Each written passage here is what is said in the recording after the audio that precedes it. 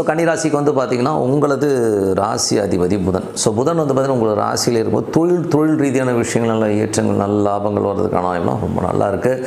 அதுக்கப்புறம் பார்க்கும்போது உங்களது 2ஆம் அதிபதி மற்றும் 9ஆம் அதிபதியான சுக்கிரன் 12ல் இருக்கும்போது நிறைய பிரயாணங்கள், குடும்பத்திற்காக பிரயாணங்கள், நல்ல வருமானம் வரணுங்கிறதுக்கான பிரயாணங்கள் அதிகமாக இருக்கும். கொஞ்சம் ஒரு நெருக்கடி இருக்கிற மாதிரி ஃபீலிங் கண்டிப்பாக உணரும். ஏன்னா அந்த சுக்கிரன் கேது சுக்கிரனும் போது அது ஒரு நட்சத்திர பரிவர்த்தனையில் இருக்கும்போது கணவன் மனைவிக்கு நல்ல குடும்பத்தில் வந்து சின்ன சின்ன சந்தேகங்கள், சின்ன விரயங்கள்ன்றதுக்கான வாய்ப்புலாம் கொஞ்சம் கவனமாக இருந்துக்கணும்.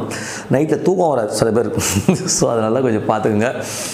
அதுக்கப்புறம் பார்க்கும்போது ஒரு 3 8ஆம் அதிபதியான செவ்வாய் 2ல் இருக்கும்போது கொஞ்சம் கவனமாக இருக்கணும். நம்ம மேலே நிறைய சந்தேகங்கள் இருக்கும், நமக்கு தெரியாமல் கேமரா வைக்கிறது, கொஞ்சம் நம்மளை நோட் பண்ணுற மாதிரி விஷயங்களாக இருக்கும். கொஞ்சம் கேர்ஃபுல்லாக இருக்க வேண்டிய ஒரு காலகட்டங்கள், கொஞ்சம் பார்த்து நடந்துக்குங்க.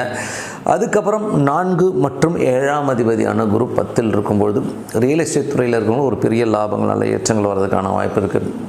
திருமணம் சார்ந்த விஷயங்களை இப்போ ட்ரை பண்ணும்போது கண்டிப்பாக வந்து அக்டோபர் நவம்பரில் வந்து கைகூடி தை மாதத்துக்கு நல்ல ஒரு திருமணம் கைகூடி வர்றதுக்கான வாய்ப்புலாம் ரொம்ப நல்லா இருக்குது.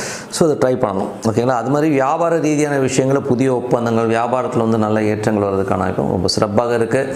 அதுக்கப்புறம் பார்க்கும்போது 8ஆம் அதிபதி 2ல் இருக்கும்போது பார்த்து பேசும், ஏதாவது ஏடாகூடமாக பேசிடுவோம். அதனால் ஒரு சின்ன வாக்குவாதங்களோ ஸ்ட்ரெஸ்ஸஸோ வரும். ஸோ அதனால் கொஞ்சம் கவனமாக இருக்கிறது ரொம்ப ரொம்ப நல்லது. அதே மாதிரியே வந்து சில நேரங்களில் வந்து குடும்பத்தினர் மேலேயே நிறைய சந்தேகங்கள், அதனால் ஒரு மன உளைச்சல் வரதுக்கான வாய்ப்புகளை கிளாரிட்டியாக பாருங்கள். என்ன இருக்குது, நம்ம யாரையும் வந்து இழுத்து பிடிச்சலாம் ஒன்றும் வைக்க முடியாது. ஸோ என்ன நடக்கணும் விட்டு போக வேண்டியதாக, நம்ம என்ன பண்ண முடியும்? ஓகேங்களா? ஸோ அதனால் வந்து உங்கள் லைஃப் பாருங்கள், உங்களுடைய சந்தோஷம், நம்ம சுற்றி இருக்கவங்க நல்லா இருக்கும்னு நினைக்க வேண்டியதான். அதுக்காக அவங்க இப்படி பண்ணிட்டாங்க அப்படி பண்ணிட்டாங்கன்னு புலம்புறதுல நமக்கு அர்த்தமே இல்லை. ஸோ அதனால் கொஞ்சம் கவனமாக இருந்துக்குங்க. அதுக்கப்புறம் பார்க்கும்போது உங்களுக்கு 9ஆம் அதிபதியான சுக்கிரன். ஸோ 9ஆம் அதிபதி சுக்கிரன் வந்து உங்கள் ராசியில் இருக்கும்போது தந்தை சார்ந்த ஒரு விஷயங்கள் வந்து கொஞ்சம் வாக்குவாதங்கள் வரதுக்கான வாய்ப்பு, நிறைய கேள்வி அப்பா கேட்குறது, இல்லை அப்பாவை நீங்கள் நிறைய கேள்வி கேட்குறது, இந்த மாதிரி விஷயங்கள்லாம் இருக்கும். ஸோ அதனால் கொஞ்சம் கேர்ஃபுல்லாக பார்த்துக்கிறது ரொம்ப ரொம்ப நல்லது.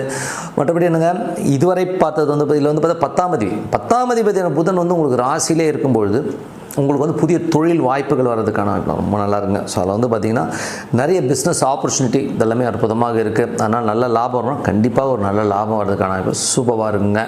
11ஆம் அதிபதி சந்திரன் வந்து நல்ல லாபங்களை முதல் 3 நாட்கள் கொடுப்பார். ஸோ அதுக்கப்புறம் வந்து நல்ல பெரிய லெவலில் வந்து முன்னேறும், குடும்பத்துக்கான விஷயங்கள்லாம் பண்ணுறதுக்கான விஷயம் சூப்பராக இருக்குங்க.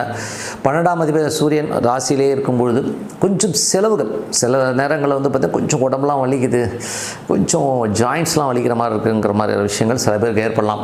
அதனால் கொஞ்சம் நல்லா தூங்கினா போதும். ஸோ தூங்கி கொஞ்சம் ரெஸ்ட் எடுத்திங்கன்னா எல்லாமே கிளியர் ஆகிடும். மற்றபடி என்னங்க, இதுவரை பார்த்து பொது பலன்கள்